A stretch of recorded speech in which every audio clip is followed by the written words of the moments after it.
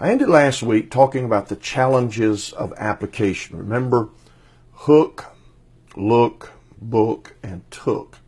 If there's any great weakness that I see in most of our teaching consistently, it is on the took part.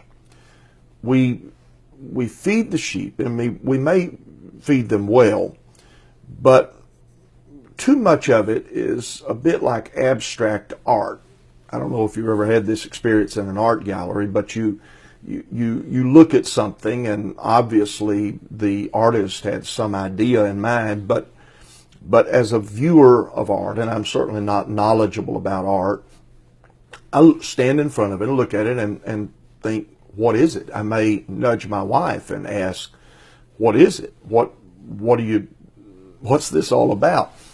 And so sometimes I think our preaching and teaching leaves out the equation, what do I do about it?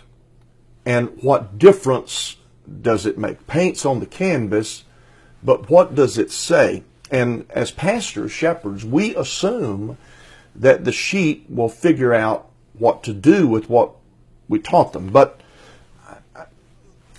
that's just not true. That's not the case. And if the pastor does not guide people and challenge people to specific application, the message impact usually ends with the last sentence that is spoken.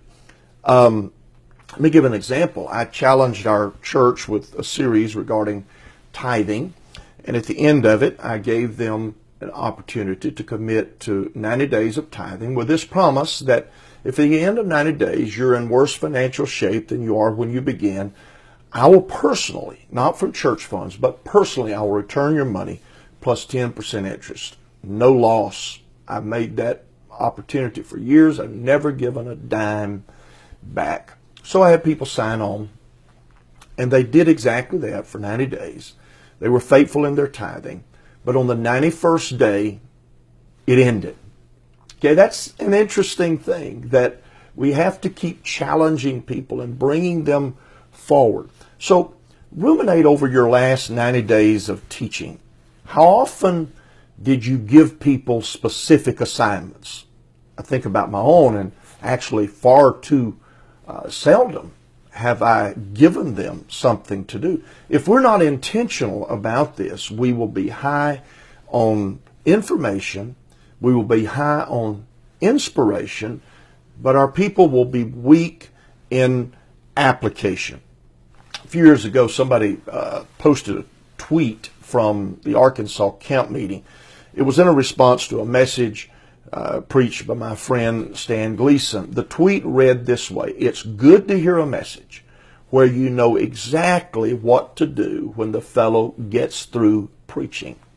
It sounds like that Stan Gleason's sermon that day took.